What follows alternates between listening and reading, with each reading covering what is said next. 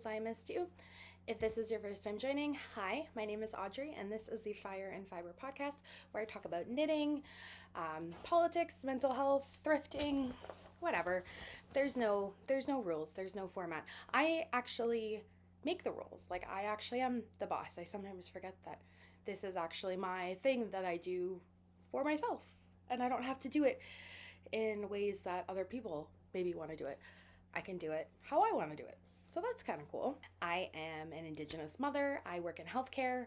I'm a social activist. I like to think I'm pretty funny, and I am a voracious knitter. So like I said, I'm coming to you today. First, I want to shout out the sweater. This baby has been getting so much wear this season. This is my Bobbles Optional sweater by Sonder Yarn Co. You can see it's like I made mine oversized, so it's very boxy, it's very big and comfy. I made this in Wool Dreamers Moda, which I purchased from Flying Squirrel Yarns in Waterloo. Hi, Erin and Erin. Oh, please don't do that. My cat's in a bag. Anyways, a couple weeks ago, I posted a knit and chat where I read out various Am I the Asshole knitting or crochet posts and gave my commentary while working on a project of mine. So right now I'm working on the Step-by-Step Cardigan by Florence Miller, who is apparently the unofficial sponsor of the Canadian Olympic team. If you know, you know. I am knitting this in, I think it's Gedifra metal tweed, and I'm also holding it double with this mystery cone of yarn I found at the thrift store.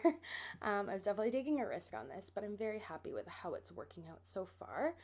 So the tweed is really fun. It does say that it's a worsted, however, it's a DK weight, and other people on Ravelry definitely agree. I don't know if you can really pick up, my camera's not picking up like the sparkle super well. It's, I'm trying to use the natural light in here and have the curtains closed because I didn't feel like setting up in my office again. So I've got some tweedy bits, and then it's got a gold sparkly thread all the way through.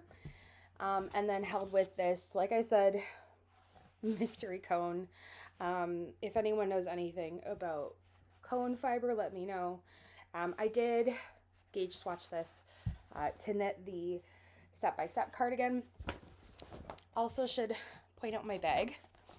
It's not really technically a project bag, but it is for me. So I got this cutie little Cookie Monster tote at, I think, HomeSense a few weeks ago. So I like to look at their little tote bags kind of near the cash, and I'm definitely a sucker for those. So that's what I have on that.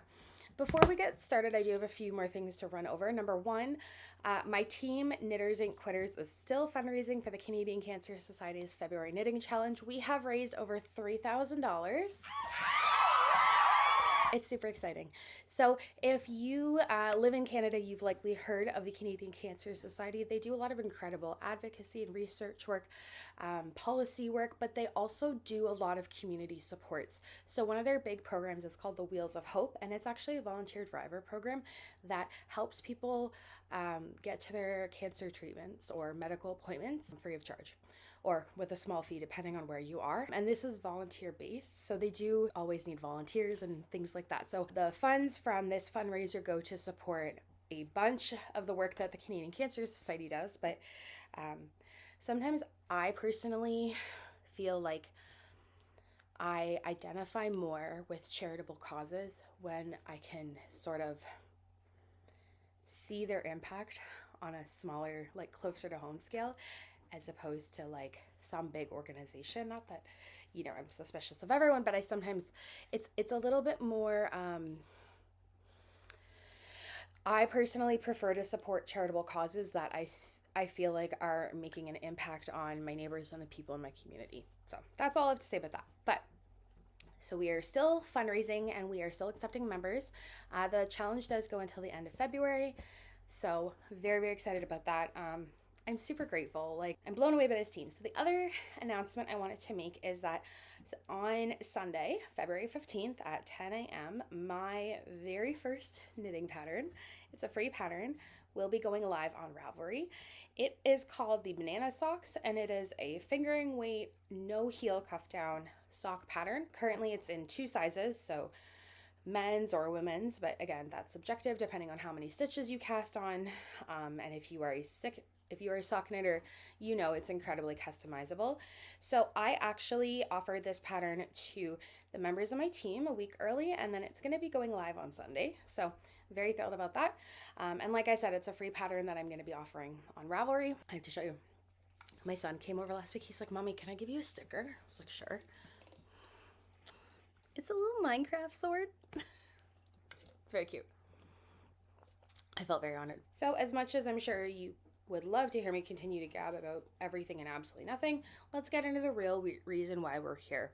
I talked about this in the last episode. I love watching people read the Am I the Asshole posts. I love reading them. I love sharing them. I love them all. And so we're going to do more of them. So I'm pulling these from Reddit. All right.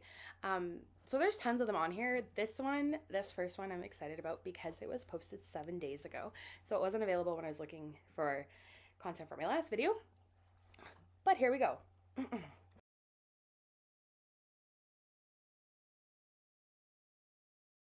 Am I the asshole for rejecting my mother-in-law's challenge and giving her instructions on how to learn how to knit? Y'all, if you saw my last video, you know I love an in-law story. I love them. And I have great in-laws, but I love them. So you can imagine how excited I was when I read this title. Am I the asshole? I am a knitter and enjoy making all kinds of things, but for the most part, I knit things for me or my husband. I don't have the heart to buy nice yarn, a pattern, and put hours into making something for someone just to watch it be treated like crap. Fair. I have no say over what others do with the things I give them, so I just don't. My mother-in-law said, I have a challenge for you, if you're up to it, if you're up to it, if you're up to it. She pointed at a picture on her phone and said that the challenge was for me to make her a Sophie scarf that would match a dress. I asked her, why is she framing it as a challenge when it's just her asking me to knit something for her? She didn't have an answer and just said if I'm up to the challenge, I can give it a try. This is weird.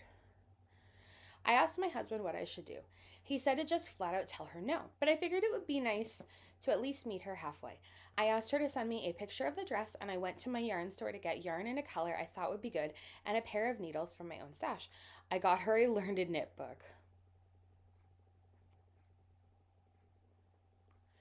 The next time I saw her, I gave it all to her and said that here is all the stuff she would need to make her own Sophie scarf, except the pattern she'd need to buy herself. She looked at it like, what the heck, and said in this pity voice, oh, you couldn't figure it out? I said, nope, I've made a few myself, but I thought it would be better for her to learn how to knit and she would be able to challenge herself. She frowned at it but didn't say anything else to me and just set the yarn aside.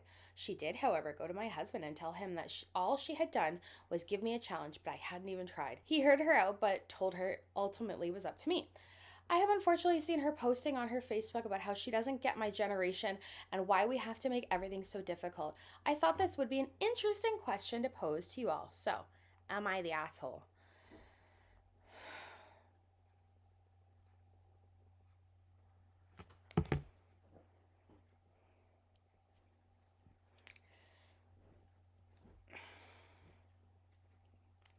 So I see a lot of posts pretty consistently on Facebook, in groups, things like that, about people consistently having experiences like this poster originally talked about in having people not appreciate their work, whether it would be relatives or friends or anyone saying, you know, hey, can you make me this extremely complicated thing and I want it for free and I want it tomorrow and I want it made in black yarn, and then getting upset when that person wasn't able to accommodate that.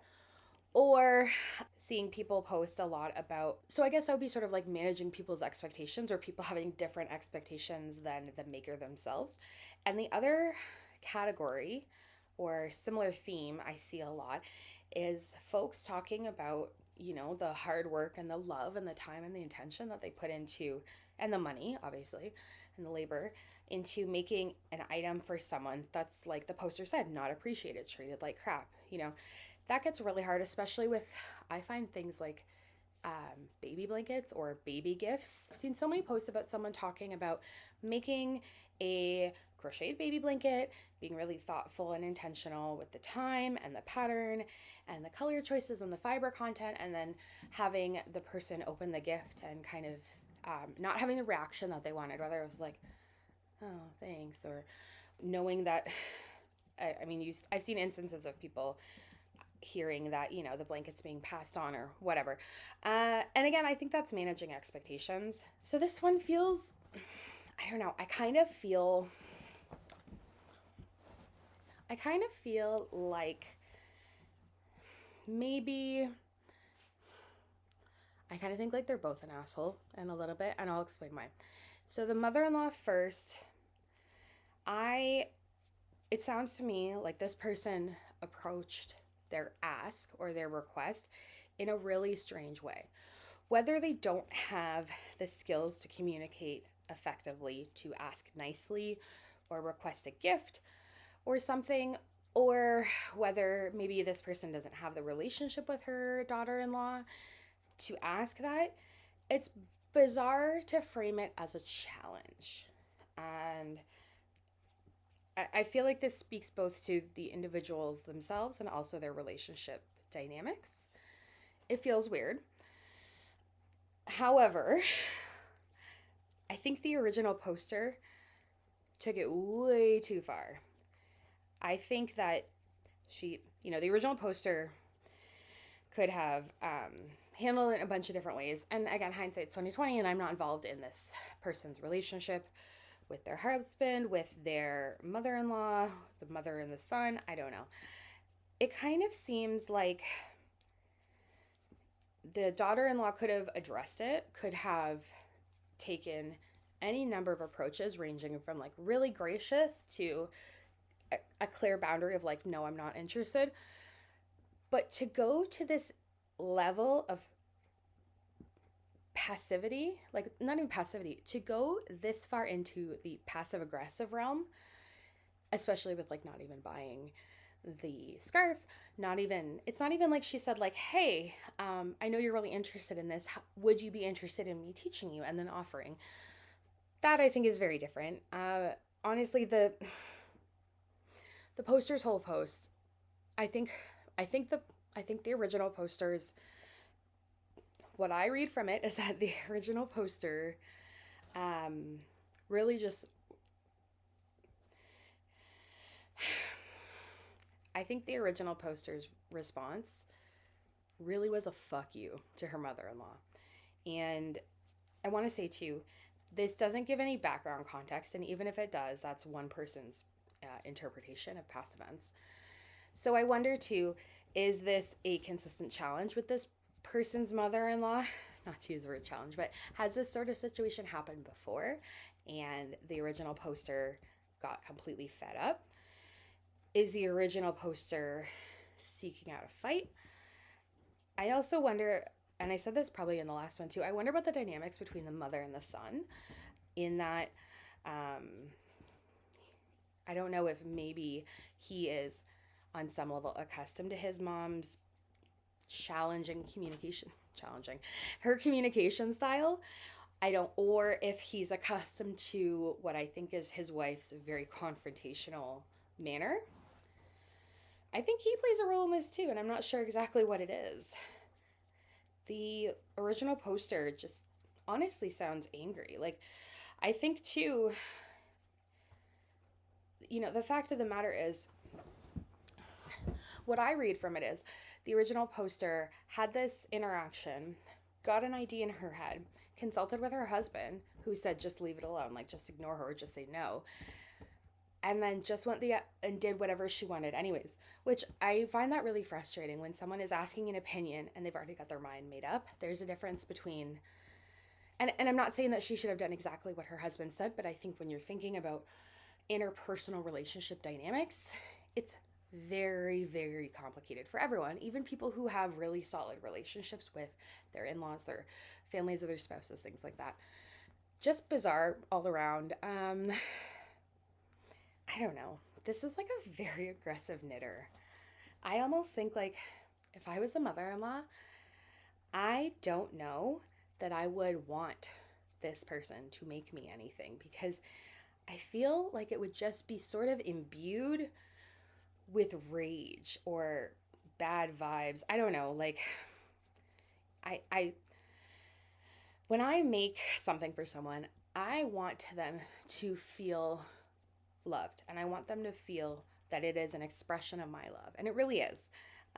When I make things, especially because I don't make things for everyone. I don't make things for people in my life who I don't think are knitworthy, even if they ask. So the people I do choose to make for are incredibly knitworthy humans. So all around, just bizarre, bizarre, bizarre, bizarre. Again, I really don't like the way that the mother-in-law framed it as like a challenge. That I think is very degrading. And then, the posting on Facebook about, kids these days, I like, that is also a thing that I don't really love. I mean, I think there's probably a lot of conversations that could have happened before the person posted on Facebook, assuming that this is what those posts are about, which again, you also can't necessarily know. This family makes me feel like holidays with my family would be fun and relaxing. So, are you the asshole? Yes. Are you surrounded by assholes? Also, yes. Okay. No more of that. Keeping on with the family dynamics. I think a lot of these are family based, to be honest, family or friends.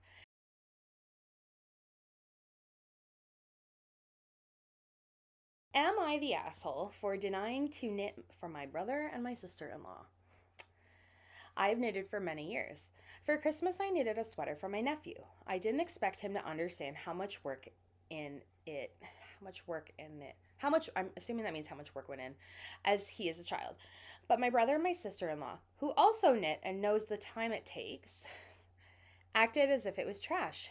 I didn't make a scene about it, but when they came a month later and demanded that I knit multiple garments for them as if it was normal, I got angry. Afterwards, I decided that I would never make anything for them again. They say that I was overreacting, but I just got tired of them demanding and never showing gratitude. It takes a lot of time and money to make, and I don't have a lot of other projects I want to make, so I don't want to waste time on them if they don't appreciate it. Am I the asshole? Nope. So confusing. Again, like, so the sister-in-law knits, demands knitting from the other one, and then isn't appreciative. Weird. Couple things I wanted to break down about that. I would like to know more about what the original poster means when they say acts like it's trash. And what I mean by that is not everyone is comfortable receiving gifts. Especially, I think about situations such as baby bridal showers. As someone who has had both, it is really, really uncomfortable sitting up in front of a group of your relatives, opening gifts, and having to think about making sure that you have a reaction that makes the person who gifted you the gift feel as though you appreciate it, even if you're writing thank you cards after. It's really uncomfortable. There's a lot of expectations on someone in that instance. And I think about like kids' birthday parties too. I, as much as possible, encourage my kids to not open gifts at their birthdays and to do it at home, and vice versa. Like a lot of the parties that my kids go to, the family doesn't do that until later. And I think that makes good sense, because kids have reactions to things that, really span a wide variety of reactions, especially when you're tired and, crashing out from sugar and overstimulated and it's been busy and whatever. And I mean, especially in that realm, I think about like, I would never want like a kid to feel bad because their gift wasn't as appreciated.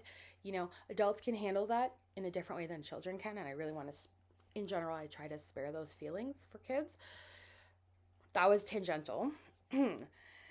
In this regard, I'm really confused about what it is that they didn't like about the sweater for their son, and yet they were demanding knit garments for themselves. Is it that they don't want to pay for the yarn, or they don't want to put in the time? Again, I'm confused because the sister, like, they're both knitters. Very bizarre. I feel like there might be more to this story. However, I don't know. It's weird. I do appreciate the original poster's point that she's not going to waste her time, money, talent, time, talent, and treasures if making things that someone isn't appreciative of when she has things that she wants to make herself. I think that is more than valid. I think with all the beautiful patterns and yarns and perpetual inspiration out there, we're never going to be able to knit all the things in our lifetime that we want to. At least I feel that way. And I constantly feel as though I'm on a time crunch with my knitting. Not so much in terms of, I mean, I do sometimes have a time crunch, whether it's like a birthday part coming up, a celebration, I want it for a gift, or it's Christmas or what have you. I do also feel like there's a bit of a rush when it comes to seasonality. Sometimes I want to be able to make something and wear it before the seasons are going to change. So I can appreciate like that sort of time pressure. In general, I don't think we should be making things that don't spark joy. I've made some items that I was giving away as gifts, and they didn't necessarily make me happy to make. Like, I didn't necessarily enjoy making them, but I loved the thought of giving them to the person I was planning on gifting the item to, or seeing their reaction, or my favorite thing, which is seeing my friends and family wear the things that I made them or have them, and seeing them part of their daily lives. Like, that to me speaks more than someone's reaction, because people react a certain way, and then it's how that reaction is interpreted that also can vary. So there's a lot of variables there. Again, if people are uncomfortable or like overwhelmed, lots of I think misinterpretations can come out of those interactions. But for me, in general, I sort of, if I had to pick, I would prioritize knowing that the item is being used versus the reaction. Couple of things about that. So every year I knit socks to send to Ireland to my niece and my nephew. And every year my sister will send me a picture of my nephew wearing the socks. Like, literally, he unpackages it and is like pulling it on his foot as he's like getting his photo taken by my sister. That I love. I have a friend who I knit. Actually, I didn't knit. I have a friend who I crocheted a blanket for when she was getting married. She's been married for at least 5 years now. And I think I knit or crocheted a baby blanket for her first child. I don't think I did. I didn't do one for her second. But that friend in particular, even though I don't see her that often, when I see her Facebook photos, like when I see her posting online, I very often will see the blanket that I made for her and her husband for their wedding in the background of the photos. Like, it hangs over their couch. I love that. Or, I would see baby photos and I would see the blanket in the baby photos. And not just like, it's really nice when you give someone a gift and they, especially like a baby gift, they put the baby in like the little outfit and then they send you a picture. Adorable. But when you see it sort of not posed, but just part of their daily life, that to me, I know that that person is appreciating the things that I made them and gave them. So I love that. But teach their own. So I don't know. I don't know. I think I'm leaning towards not the asshole, but I also think I would need to know a little bit more about the situation between this family.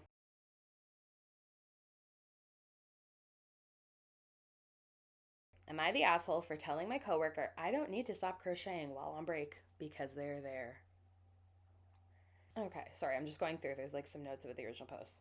This is my first time posting. Sorry about the long post, but I need to get some different views on this, and plus, sorry in advance, I am not a great speller. Sorry if there are mistakes. I, 20-year-old female, starting to crochet again after a year's break. And I bring my projects to work and only crochets on my lunch rest breaks, and have been doing this for about 2 weeks.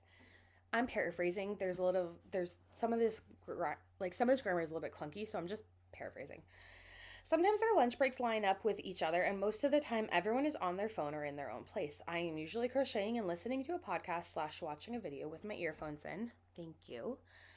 There is nothing worse than someone in a common area listening to music or like scrolling TikTok on full blast. I was in the hospital with my mom a while ago, and there were 3 people in this like little tiny waiting area within the emergency room scrolling their phones on like TikTok or Reels or whatever at full blast. 2 of them were in Spanish because it was a mother-daughter. 2 in Spanish and 1 just at an extremely loud volume. And it's just like that and walking around talking on FaceTime without headphones. Those are my 2 things that I'm so peeved by and I will never understand. And I think I'm fired up about this because I saw this a lot over the Christmas season. And I'm guilty of calling someone on FaceTime and being like, hey, do you think Johnny will like this? Sure. But when you're just walking around shopping and gabbing with someone for 45 minutes, so annoying. Get headphones. They literally sell them at the dollar store. Anyways. Okay, I need to like take a break. That one really fired me up. And it wasn't even about what I'm reading. Oh, ADHD. I got this one coworker, Mary, not her real name, mid-60s female. About 2 days ago, she came into the break room and I was already there and I'm crocheting. When I saw her, I said hi and smile, and then I went back to my project. She sat down and was on her phone. About 10 minutes goes by and I feel a tap on my shoulder. I look up and I saw Mary, so I stopped crocheting and I paused what I was listening to. I asked Mary, what's up? And she said it was rude to be crocheting while she was here. I am surprised as she is basically always on her phone and watching video without earphones so she can hear what she is watching, which is usually Facebook Reels. See? I apologized and said I'm not stopping crocheting on my lunch breaks because she's there. She got mad and complained to my manager about me. My manager said I'm allowed to crochet on breaks, but I should be more aware of how rude it can be to others, ? Some of my other coworkers are on my side and others see Mary's view. I have been staying away from Mary at the moment, but I don't know. Okay.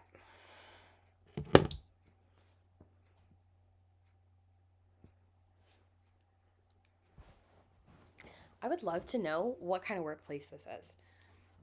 Like, I would love it. And a couple of thoughts. I on the last episode was talking about like a coworker question too, and it was related to the manager and related to break time. And I want to sort of double down on this law, that your employer does not actually pay for your lunch break. Like your lunchtime, that is your unpaid time, is yours to do with as you wish. Like you're legally protected, at least in Canada and parts of the States, by legislation that enforces proper labor laws. So someone telling you what you can and can't be doing in that regard feels bizarre, like from a management perspective. Like, how big is this break room? Is it one of those things where the person's project has like taken over this entire like very small card table and Mary can't have her lunch? Just feels weird. So there's a lot of related comments on here. Someone says, in terms of the manager didn't find it rude that someone bothers you on your personal time and tries to bully you into doing stuff for her. Fair. Original poster, the manager is rarely there and quickly pushes a complaint aside. I could be because I am younger than both of them, or she told me that, so Mary felt like she was heard. I don't know, and plus we mainly reported to supervisors who are more than fair with this stuff. And plus I think it does put if Mary does put something like this again, I might go to the supervisors. Plus Mary probably told a very different story where I was crocheting and being rude, but I'll probably find out tomorrow. Again, what is this idea about being rude? I've worked a variety of jobs in a variety of fields and workplaces, and the general consensus has been from management or supervisory folks of all levels is that if you have an issue with someone that's an interpersonal issue, not related to safety or crime, like person to person, you need to talk to that person about it one-on-one, mano a mano. And then if you can't come to an agreement and you feel like you need to bring in management, then you bring in management. But typically, a lot of places will ask you, like, have you tried to resolve this on your own first? I kind of feel, I'm wondering about that too. Like, as a manager, I'd be like, why are you bringing this to me? Like, I don't know that any manager gets paid enough to deal with Mary's complaint. Okay, so the original poster added some more context. Mary's an okay worker most of the time, but she can be a bit old-fashioned. Example, one of my coworkers goes by they, them, and Mary always misgenders them. That's not being old-fashioned. Mary's being an asshole. I'm a little bit socially awkward at times, but I do get along with mostly everyone I work with. Okay, this feels like high school or like junior high a little bit. The break room is pretty small. It has one big table with about 8 chairs. Okay, that's pretty big. So I'm thinking it's probably like a 10-foot round table. Most people are on break at the same time, which would be around 3 to 5 people, but I rarely have the same break time as Mary, as we both work in the same area.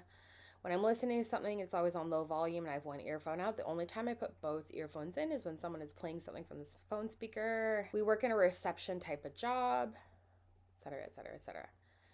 Okay, she posted an update. Update. This will probably be my only update. At work today, I was able to find my manager who is also with higher ups. So I told them my side of the story and how I wish the manager handled better. The manager, she apologizes to me. To be honest, I think she did it because the higher ups were there. And later on my lunch break, I was in the break room crocheting and Mary walked in. Now, I don't know what happened beforehand. Probably my manager / higher up spoke to Mary, but Mary apologizes to me. Plus, before I left work today, Mary's husband, let's call him Ian also works at the same place as I, groundskeeper. He came up to me and apologized for his wife as well. But if she does try something like this again, I will go to the higher ups. I am on Australian, and I don't think we have an HR team at my job, but I believe those reports go to management. By the way, I still don't know why she thought it was rude, and I'll probably never know. Thank you for reading this. Aw, okay.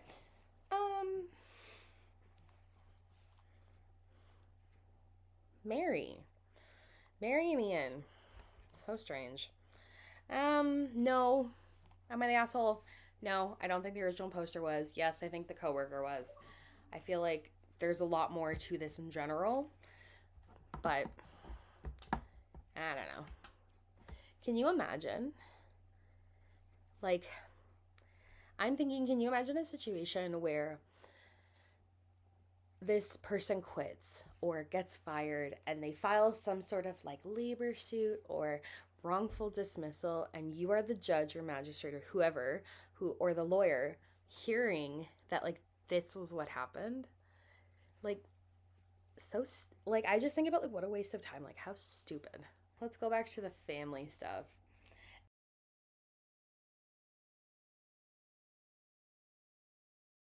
Am I the asshole for giving a knit blanket my friend made me to my nephew? Hi everyone. A couple years ago, my friend picked up knitting and I've always loved her work. Occasionally, I'll ask for certain projects and pay her for them. Love that. Last year, she surprised me with a knit blanket that is about 3 feet by 4 feet as a Christmas gift. A few months ago, my sister and brother-in-law's house burned down. Oh. Everything was gone due to the fire or smoke damage. One of the most important things that was lost was a baby blanket my grandma made for my nephew before my grandma passed. At the time of this fire, my nephew, 3, was extremely upset about his lost blanket, and without thinking about it much, I gave him the blanket. He's loved the blanket, and I was just happy he had another heartfelt blanket. This week, my friend came for a visit to my house and asked where the blanket was because she wanted to see it. She knew about the fire, but I didn't want to tell her about the blanket while it happened. So I explained what happened, and she started sobbing, saying that it was one of the first projects she finished and made for me. Did I massively fuck up by not telling her while it happened, or for gifting it to my nephew? What the fuck? So this person's relative has a house fire. Like, there is a fire in their house that either burned everything to a crisp or damaged everything with smoke so severely that it was unsalvageable, not able to be cleaned, or like would actually cause harm if they kept it around. Like, you can't have a blanket full of toxic smoke and like try to clean it. especially if it's like wool or certain fibers, and then just be like, oh, I'm gonna breathe in these toxic fumes for the rest, like, and have my 3-year-old. So house fires are devastating. Like, even if you have insurance, even if, thank God, everyone's okay, like, it's devastating having to not have a fucking home, B, deal with insurance or an investigation or any of that stuff, like just the rigmarole to go through trying to get support, if it's house insurance, if it's the fire department, whatever. C, the cleanup and trying to go through the home and salvage things. And that's not including if anyone, God forbid, has any sort of medical anything, smoke inhalation injury, God forbid anyone dies. Like, I don't know if you all have ever seen what a house fire scene looks like after it's like the fire's put out. Like, literally everything is black, or it's like covered in that foam from firefighters trying to clean it up. Like, nothing is salvageable. And so for this person, this little child, this little boy, to have lost a handmade blanket from a deceased grandmother. And I think about like what developmental stage a 3-year-old is at, especially after a traumatic event like a fire, where even if the child wasn't around for it, knowing that his parents are horrified and upset and there's all this chaos going on, and now his favorite comfort item is not around anymore, regardless of where it came from. It could have been a freaking dog blanket from their dog's crate. Like, it doesn't matter what it is. It's the fact that this was a very important sentimental piece of this person, like this child's life. This was a comfort item. This was a soothing item, and it is gone. And I'm not even going to get into what that would look like potentially if a child's neurodivergent or other things. Like, so I rate this as, oh my gosh, what a beautiful gift to immediately, as an auntie, want to make it okay or try to help soothe your poor, sweet, innocent baby nephew. Like, kudos to the original poster for being like, oh my gosh, we have to make this better. And like, and that bond, and not only is she taking something and giving it to her nephew, so what she's showing is like, auntie shows up for you, and auntie's going to help you, and you can trust people, and you can trust your auntie, and you know, you can go to, you know, if you're devastated or if you're sad. I'm so worked up, I can't even find the words right now. Like, so, you know, yeah, it like, it's a bummer. As if I was the friend who had knit this blanket, I would have started crying out of sheer freaking, like, I would have been so touched. I would have been so touched. Like, oh my gosh, I am so thankful that in some weird roundabout way, even though I wasn't intending it, that thing that I made for you is able to bring comfort to someone else. Like, what a fucking gift that is. But not, it's my first blanket, I'm so mad you gave it away. It's not like she donated it to, like, sorry, there's sirens. It's not like it was donated because she just didn't want it, or she didn't take care of it and then she got rid of it. Like,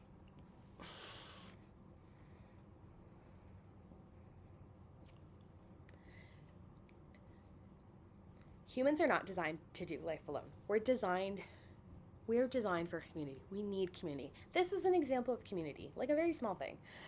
Like, why wouldn't you do absolutely everything in your power to try and ease the suffering of one of your family members, especially a sweet little baby?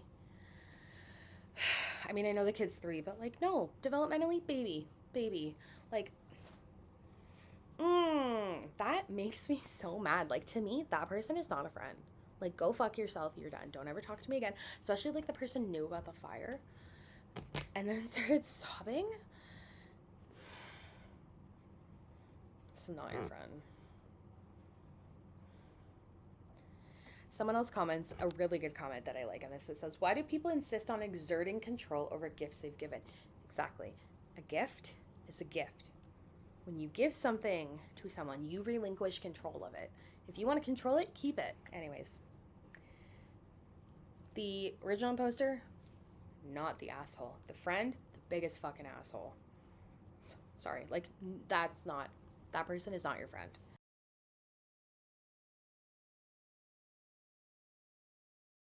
Coworker again. Am I the asshole? My coworker wants me to knit for free, and now I can't knit at work. I love to knit, and I always have multiple projects on the go. Hello. I knit at work on all of my breaks, and occasionally I'll make things for people if they pay for the supplies, and I'm also interested in making what they want. Great. I've said no a lot, like the guy who wanted custom golf club covers. Sorry, Allie. Yikes. I'm called out there. Or the lady who wanted a sweater that was basically all cables and color work. LOL. Basically, don't ask me to make anything that requires a lot of effort because I will hate it and never finish it anyways. Okay, fair. We all have our limits. Not that long ago, a newer coworker came by and started asking questions about my knitting.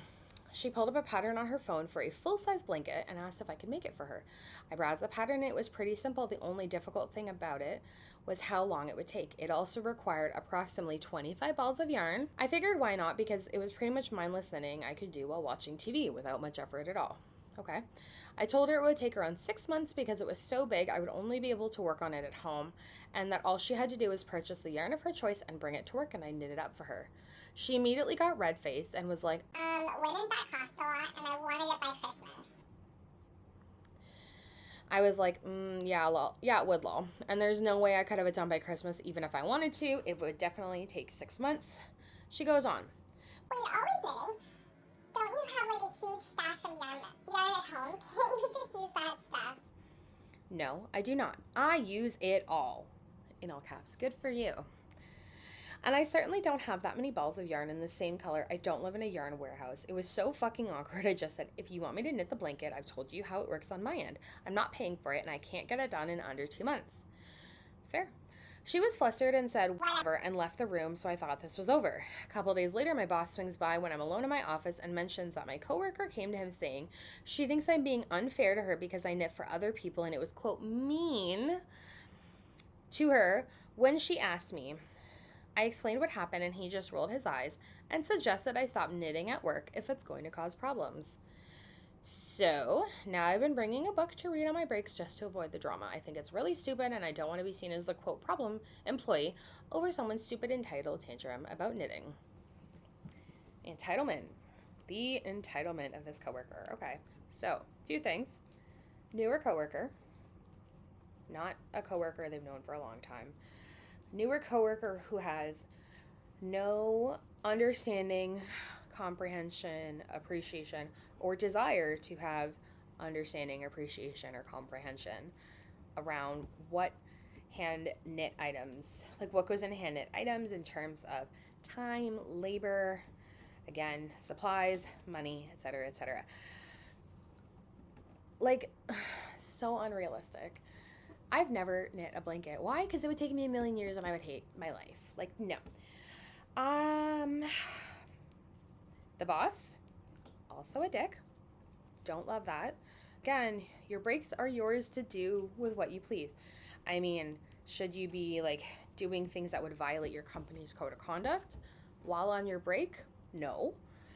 But other than that, like, what really is the issue here? Like, people, I don't know, the amount of control exerted over a break, especially when this person is staying at their workplace, like in a break room. They're not leaving the property. So I don't know, do employers think that because there's a break room that they get to dictate what their employees do to fill their time on their break? I don't know.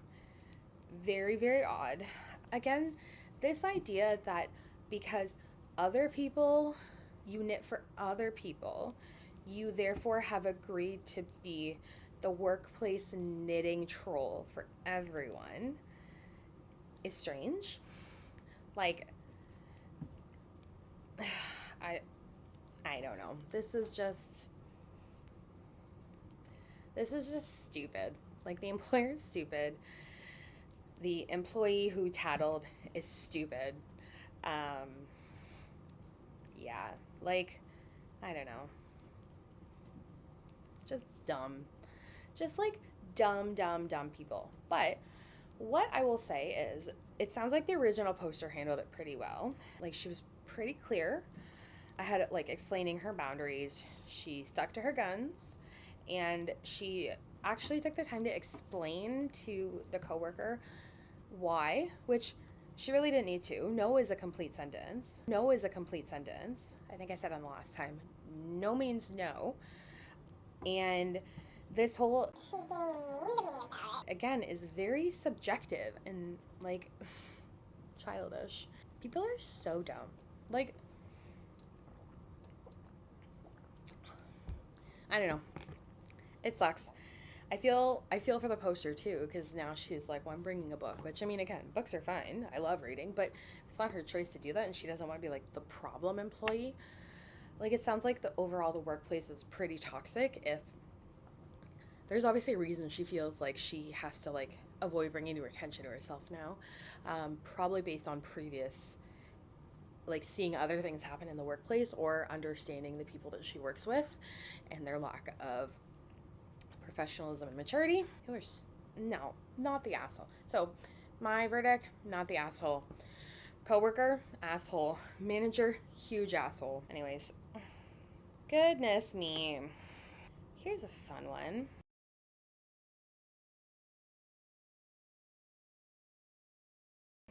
Am I the asshole not teaching my mom to crochet? Knitting, crochet, interchangeable at this point. In this instance, same thing. So long story short, my mom isn't too crafty, but she used to knit and embroider. I've been crocheting for 3 years as a form of stress relief and really enjoy it. Since suffering from depression, I couldn't stick to anything because I'd get so tired from it / lose the joy. Crochet has been the longest hobby I've kept. I enjoy it so much. I tried to teach my mom to do chains, the most basic stitch, and she just got so angry, cursed, and needed help and wouldn't let me help her. I left it at that. Today she's just grabbing hooks that I was using. I take little breaks to crack my knuckles and a piece of scrap yarn, staring at what I was doing. I don't know, it irks me. I told her that the last time she got angry and how I'm in the mood to solo crochet right now. She then waddled to my stash of waddled. She hates her mom. That's fair. She waddled to my stash of yarn and was trying to find spare to practice on. Again, she'd need me to take time to help. Like, I love that she's just like going and grabbing it. Like, sure, fucking help yourself, lady. I don't know why, but I got so annoyed and told her to just let someone enjoy their hobby. She got angry and stormed upstairs, not eating the dinner that I made. So, am I the asshole?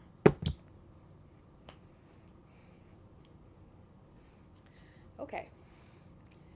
I appreciate that the original poster included context about why crocheting is important and enriching to their life. Talking about like the mental health benefits, things like that. It's not necessary because, in my opinion, you don't have to rationalize why you enjoy doing something. It sounds to me like this sort of explaining why something is important to you or why you do something, like, that's such a people pleasing. I used to do it too. It's a sign of, other people's issues, not yours, in my opinion. Yeah, like, also, they clearly live together. The original poster made dinner, and the mom sounds very emotionally immature. It sounds to me like this person is trying to have time to enjoy their hobby for whatever reason. But I also love that it like enriches their life and is something they've stuck with, and especially when it comes to their mental health, like if it's part of their wellness. But then for the mom to again, it sounds like this was a really immature, an emotionally immature parent, and it sounds like in this instance the daughter is parenting the mom in a lot of ways, and probably has for a lot of her life. And that is neither fair nor okay. And a lot of that resonates with me and a lot of other people. And I just want to say that sucks. And I am so fucking sorry. It's hard. Like, that's garbage. No. Original poster, not the asshole. Your mom, I don't want to dismiss or sound like I am minimizing the mom's actions. It sounds like your mom's got a lot of shit going on that probably has nothing to do with you, but that she is taking out on you. And that's not okay. Sounds like she needs some help beyond learning to crochet. And that has nothing to do with you. It's unfortunate because it kind of sounds like the original poster is, like I said, having things taken out on her or being the verbal or emotional punching bag for this person who, in theory, is supposed to be the parent. I hate all of that. And I hate that they live together. That just, oh, it's so fucking toxic. It's just, no, you're not the asshole. You sound like a really compassionate, lovely person who's doing their best to try to get through life. And as someone who struggled with mental health illness, like, it's a fucking slog trying to survive day to day. Not even just survive, but like find joy. And it sucks that it sounds like she's trying. I don't know if she's consciously trying, but it sounds like her actions and her behavior are stealing a bit of that joy. And that is not okay, and that sucks. And I'm sorry, because that's hard, you know. Boundaries are hard, family is hard, and that sounds really, really shitty. And, you know, this also sort of seems like one of those situations where if the mom wasn't the mom, if we had the same scenario, this, you know, and the person was like in high school or whatever, and this was a friend acting this way, this would be a situation you would talk to your mom or a parent or a guardian or someone who's in that mentorship role for you. They would support you. Like, this is something you should go to an adult about. And the fact that, like, she's bringing it to the internet because I resonate with this because I'm sure on some level this person probably knows that talking to their mom even calmly about it probably won't go anywhere. And that really fucking sucks. So, not the asshole at all. Sounds like you're trying really hard to make positive change. And, you know, the people who don't respect your boundaries are the ones the boundaries are most needed for. So, take with that what you will. All right.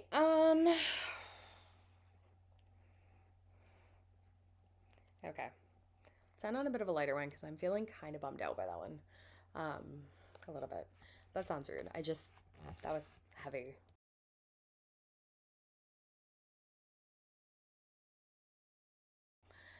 Okay. You guys know I work at a yarn store, right? Okay. Am I the asshole for rubbing a skein of yarn against my cheek in a store? I, 38, no makeup, went into a yarn store today with my parents while on holiday.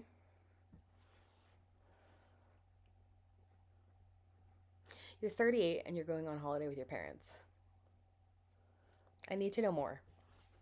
Anyways, not judging, just curious. I, 38, no makeup, went into a yarn store today with my parents on holiday, and the lady behind the counter asked if we needed help, and my dad said they just want to see what they're missing out on because my mom loves to knit and has so many different yarns at home that she doesn't really need to buy new skeins. Okay. She knows she doesn't need to buy new skeins. It's not up to you or anyone else to tell that lady what she needs. Just throwing that out there.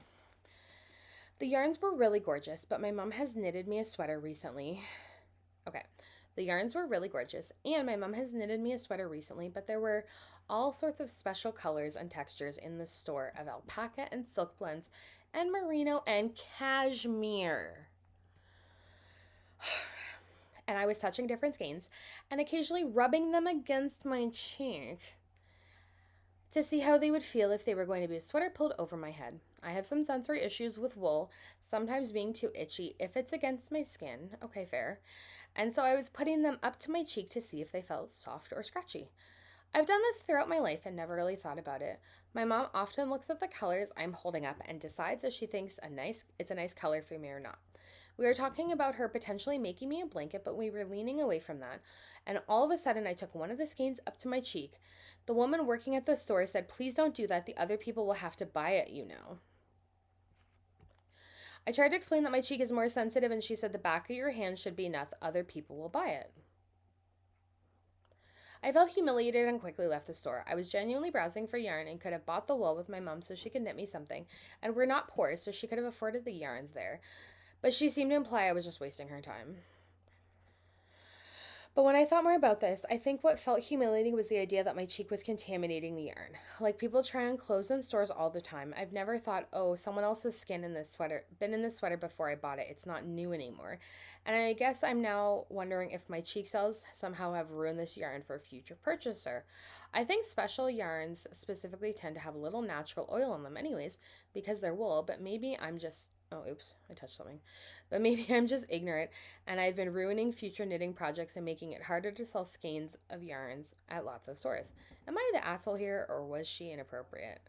So,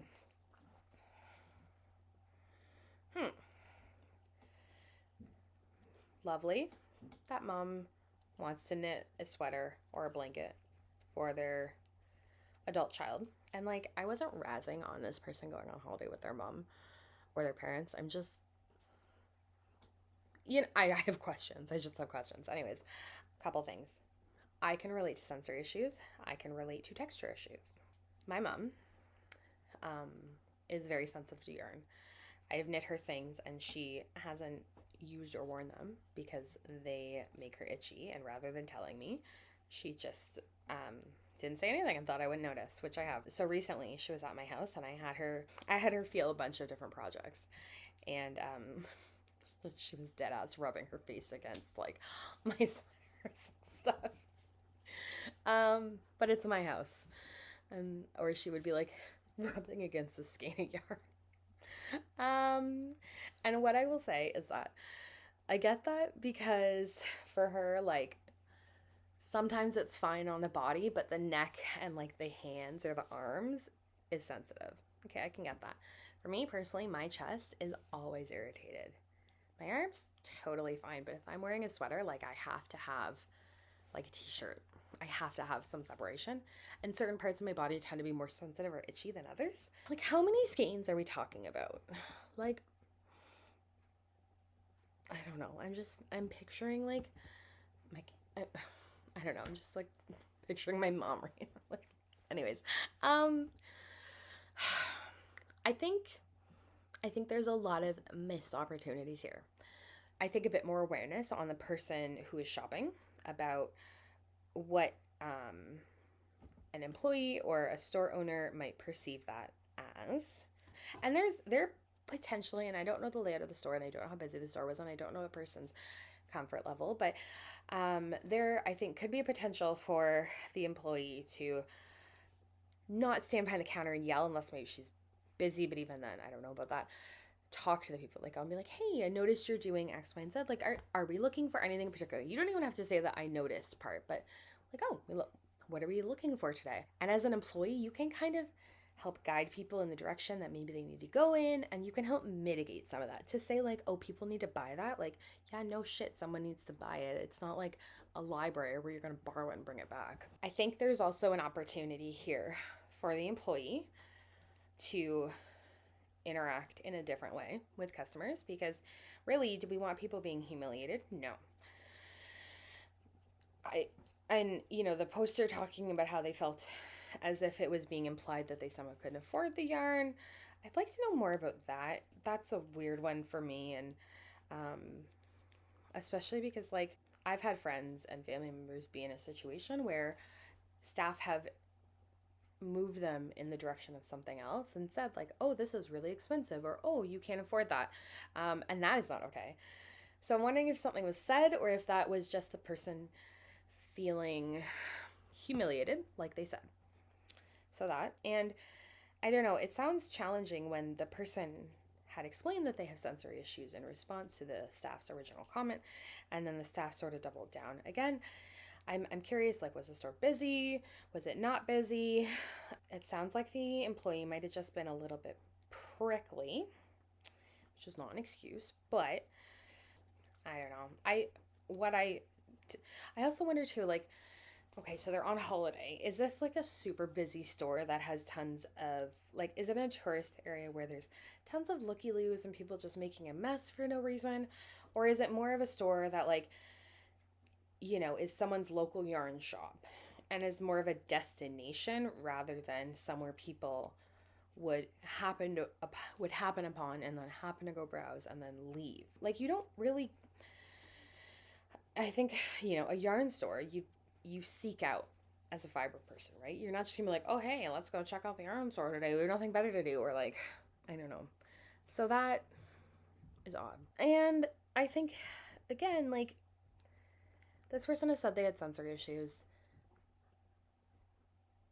That's got to be hard to tell a stranger. Like, oh, I'm not doing this because I'm a jerk. I'm doing this because this is a reason. Like, that's not really the stranger's business. The stranger being the employee. And so yeah, on a like a very clear level to me, it's not fair that someone was made to feel unwelcome or humiliated. I think there's a lot of opportunities here for the interaction to have gone differently for everyone on everyone's end. And that's a bummer. So, yeah, I don't think she ruined a bunch of projects or schemes across the country. The other thing is, when you buy something, even if you buy something secondhand, like clothing, you wash it, right? Like, you wash your clothing if someone else has worn it, or even if someone else has tried it on. Like, I've been in, winners, I don't know how many times, and you're looking at a sweater or something and you can see someone's deodorant mark where they've tried it on and then it's gone back on the rack. That's just the nature of buying clothes in retail stores sometimes, when you have an opportunity to try it on. Or, I mean, even in my family, we don't go to the change room. Like, my cousins will, I'll tell you, it was so embarrassing as a kid to be out in a store with my mom and you need to try something on, and my mom would just make you like put it over your clothing in the aisle. Like, it was so embarrassing. Anyways, now we all do it because we're too lazy to go to the change room. But as kids, it was horribly embarrassing. So it sounds to me like, no, I don't think the skeins were being ruined, because when I knit a project, most of the time I block it, partially to help the shaping, if depending on what it is, but also because, like, this is full. This is full of my finger cells and oils and hair and dust and like dirt, all sorts of things. Like, that's what hand knit garments are. That's the nature of it. And so it needs to be, if possible, wash, depending again on the project, the fiber, things like that. Especially if you're giving it to someone else. I mean, if I'm knitting it for myself, I don't really care as much. It's still my skin. But I don't know. I also don't know, like, what the tone.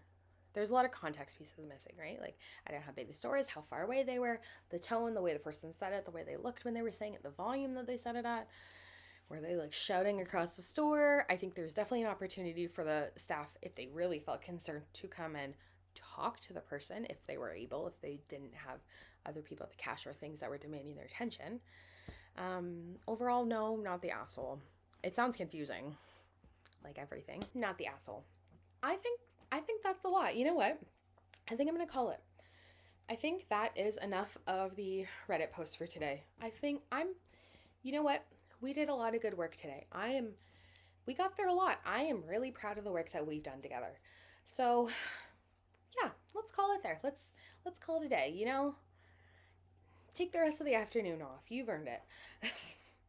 Yeah, I really like doing these videos. I was really happy with the positive reaction to the last one. I am hoping that this one is also something that you find, if nothing else, stupidly entertaining. Hey, editing Audrey here. I'm about to talk about, current events and politics and all the bad stuff going on.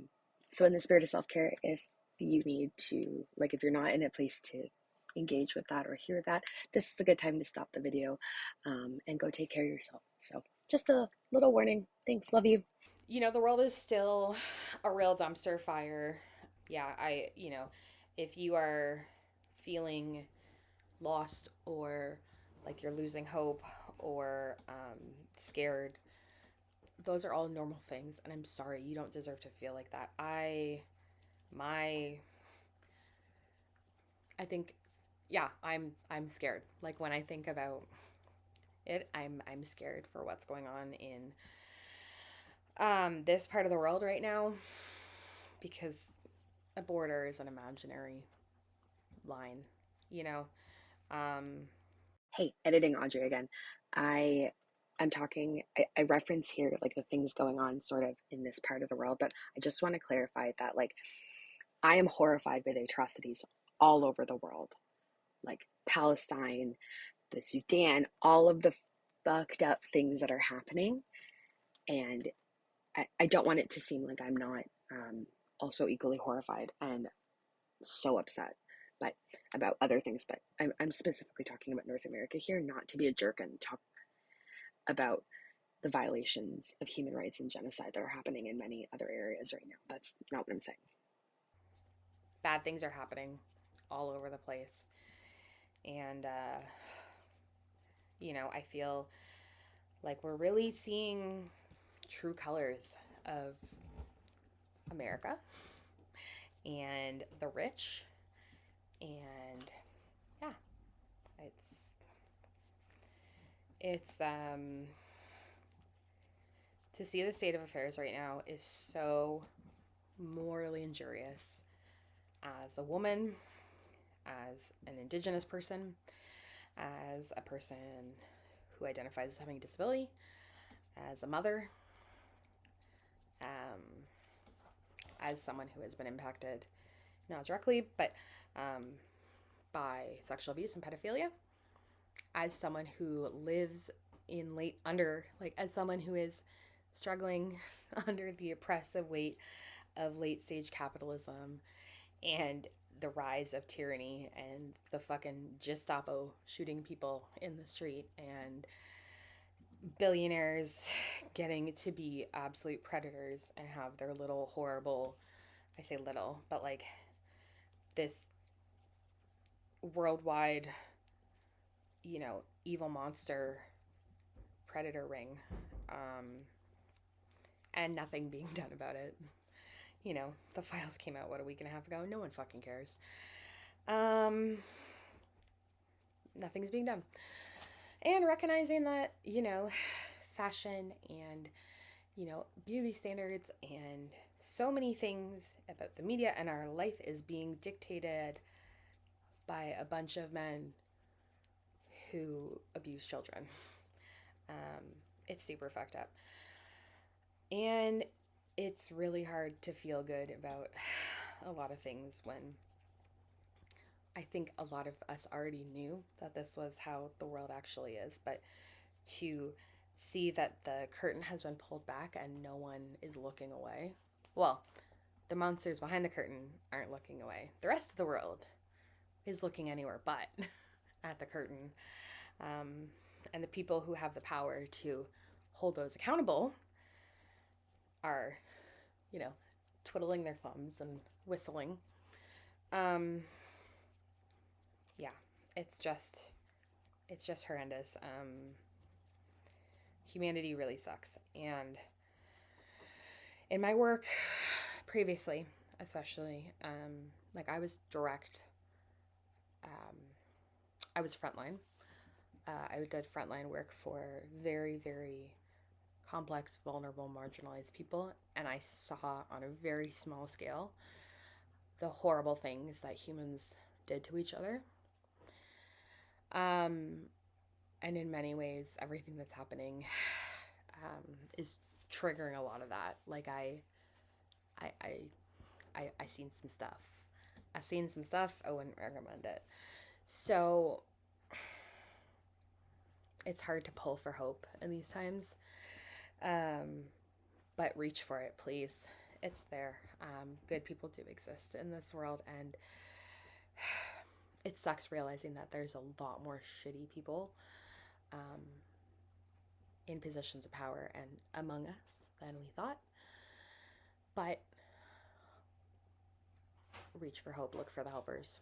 And do what you need to do to take care of yourself and take care of each other. Knitting is a form of rebellion. Self-care is a form of rebellion.